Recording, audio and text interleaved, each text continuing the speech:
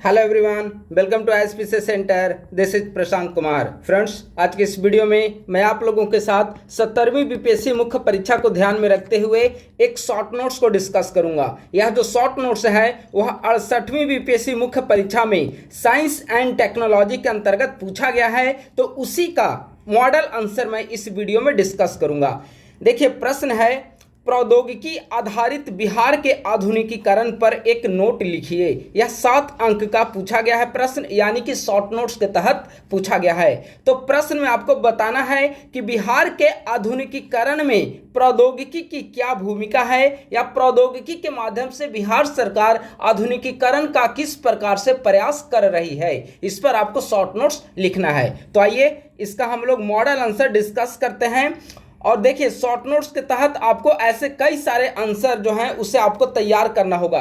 कुछ का model answer हमारे द्वारा डिस्कस किया भी गया है और आने वाले समय में कराया भी जाएगा। लेकिन ऐसे छोटे छोटे जो भी टॉपिक महत्वपूर्ण रहते हैं, हमने मंथली टारगेट के अंतर्गत ऐसे कई सारी टॉपिक की लिस्ट आप लोगों को प्रोवाइड कराया है। उन टॉपिक के अंतर्गत जो शॉर्ट नोट्स बन सकते हैं, उन सभी का फ्रेमिंग आप लोग तैयार कर लें, ताकि शॉर्ट नोट्स अगर वहां पर पूछा जाता है तो बिना सोचे आप उसका आंसर लिख सकते हैं। शॉर्ट नोट्स का जो आंसर लिखना है वह बेसिकली 4 से 5 मिनट के अंतर्गत आपको एक प्रश्न का उत्तर लिख देना है। और एक शॉर्ट नोट्स 7 से 8, कोई प्रश्न 7 अंक का होता है, कोई 8 अंक का होता है। ठीक है, लगभग 1.5 पेज से 2 पेज में वहां पर आंसर आपको लिखना होगा। आइए मॉडल आंसर हम लोग डिस्कशन शुरू करते हैं। प्रौद्योगिकी आधारित बिहार के आधुनिकीकरण। वर्तमान वैश्वीकृत संसार में विकास प्रक्रिया में प्रौद्योगिकी का अत्यंत महत्व है। बिहार में भी आधुनिकीकरण की प्रक्रिया में प्रौद्योगिकी आधारित नवीन प्रयोग किए जा रहे हैं। ठीक है, तो आपको शॉर्ट नोट्स का जो इंट्रोडक्शन है वही 1 से 2 सेंटेंस में आपको इंट्रोडक्शन लिख देना है। ठीक है, तो हमने यहाँ पर लिख दिया कि वर्तमान वैश्वीकृत संसार में, या आप लिख सकते हैं कि वैश्वीकरण के पश्चात विकास प्रक्रिया को बढ़ावा देने के लिए विभिन्न देशों के द्वारा या फिर भारत में विभिन्न राज्यों के द्वारा प्रौद्योगिकी को बढ़ावा दिया जा रहा है। बिहार भी उनमें एक है, और लंबे समय से बिहार सरकार प्रौद्योगिकी आधारित आधुनिकीकरण की दिशा में प्रयास कर रही है। ठीक है, 2 अंक हमने बताया इंट्रो के रूप में, 2 में से किसी एक इंट्रो को आप लोग यूज कर लें। पैराग्राफ चेंज करके, बिहार के आधुनिकीकरण में प्रौद्योगिकी की निम्नलिखित महत्वपूर्ण भूमिका है। अब किन किन महत्वपूर्ण क्षेत्रों में प्रौद्योगिकी के माध्यम से बिहार सरकार आधुनिकीकरण की दिशा में कार्य कर रही है, इसे यहाँ पर बताया है। हमने 5 पॉइंट के माध्यम से हमने इसे डिफाइन किया। देखिए, 2 तरह से आंसर लिख सकते हैं। पहला तो आप क्षेत्रवार डिफाइन कर सकते हैं कि कृषि क्षेत्र में तकनीक की भूमिका, स्वास्थ्य क्षेत्र में तकनीक की भूमिका, आपदा प्रबंधन क्षेत्र में, शिक्षा के क्षेत्र में, लॉ एंड ऑर्डर में, डेवलपमेंट वर्क में, ये सब आप लिख सकते हैं। दूसरा, आप डायरेक्ट पॉइंट के आधार पर लिखिए कि कृषि क्षेत्र में ड्रोन का प्रयोग किया जा रहा है, स्वास्थ्य के क्षेत्र में टेलीमेडिसिन, ऐसे भी आप आंसर लिख सकते हैं। तो आपके ऊपर इच्छा है, आप किसी भी प्रकार से आंसर लिखें। हमने यहाँ पर विभिन्न सेक्शन को अलग अलग करके हमने यहाँ पर डिस्कस किया। जैसे कृषि के क्षेत्र में, बिहार में कृषि क्षेत्र में ड्रोन का उपयोग, ड्रिप सिंचाई, फसलों के चयन आदि में प्रौद्योगिकी उपयोग बढ़ा है। ई चौपाल, विहान ऐप आदि इस दिशा में महत्वपूर्ण तकनीकी पहल हैं। आप देखेंगे कि बिहार सरकार के द्वारा कई सारे ऐसे ऐप लॉन्च किए गए हैं जो कृषि के क्षेत्र से संबंधित हैं, और वो जो ऐप हैं वह कहीं ना कहीं कृषि के क्षेत्र में तकनीक के उपयोग को बढ़ावा दे रहे हैं, और यही प्रश्न पूछा गया है। कृषि क्षेत्र हो गया। स्वास्थ्य क्षेत्र, स्वास्थ्य क्षेत्र में आधुनिक इलाज के लिए प्रौद्योगिकी का उपयोग किया जा रहा है। टेलीमेडिसिन की सेवाएं ली जा रही है। टेलीमेडिसिन के माध्यम से दूर दराज के जो क्षेत्र हैं, जहां पर आने जाने की सुविधाएं सुगम नहीं है, जहां पर सुगम आना जाना या फिर इजिली आना जाना संभव नहीं है, उन स्थान पर स्वास्थ्य संबंधी उनको सूचनाएं प्रोवाइड करने के लिए, स्वास्थ्य संबंधी जानकारी को प्रदान करने के लिए टेलीमेडिसिन की सेवा ली जा रही है।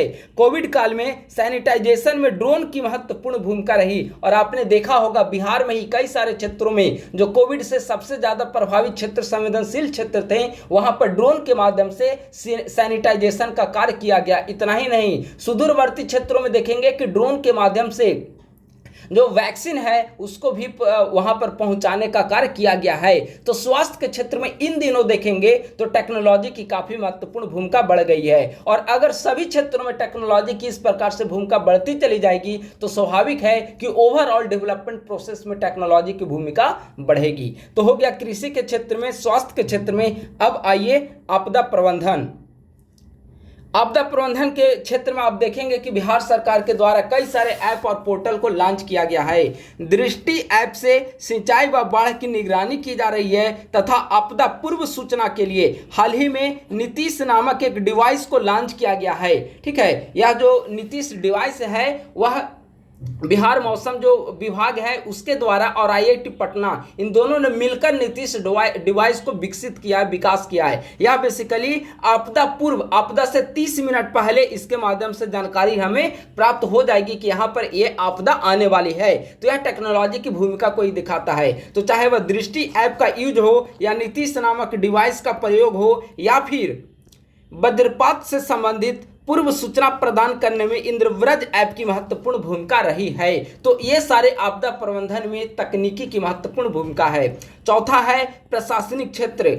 ई लाभार्थी पोर्टल, लोक सेवा का अधिकार अधिनियम आदि प्रशासनिक सुविधा प्रदान करने की दिशा में महत्वपूर्ण तकनीकी प्रयास हैं। और देखिए जो लोक सेवा अधिकार अधिनियम है इसके माध्यम से एक निर्धारित समय सीमा में आप ऑनलाइन आप यहाँ से अगर आपको जाति बनाना हो या फिर आवासीय बनवाना हो या फिर कोई भी सर्टिफिकेट आपको बनवाना हो तो आप ऑनलाइन कर सकते हैं, और एक निर्धारित समय सीमा के अंतर्गत आपको बनकर वह सर्टिफिकेट मिल जाएंगे। तो ये सारे जो सुविधाएं हैं कहीं ना कहीं लोगों को एक सुगम तरीके से प्रशासन में भागीदारी बढ़ाने का भी एक प्रयास है, और आधुनिकीकरण या विकास की प्रक्रिया में तकनीकी की भी महत्वपूर्ण भूमिका को प्रदर्शित करता है। तो प्रशासनिक क्षेत्र में ई लाभार्थी पोर्टल हो या लोक सेवा अधिकार अधिनियम हो, इसके अलावा कई सारे ऐसे प्रयास किए जा रहे हैं जो प्रशासनिक क्षेत्र में जटिलता को सीमित कर रहे हैं। लेकिन चूंकि शॉर्ट नोट्स होता है तो शॉर्ट नोट्स में आपको महत्वपूर्ण पॉइंट ही लिखने होते हैं। 4 मिनट का आपके पास समय है और 1.5 पेज 2 पेज का आपके पास स्पेस होता है,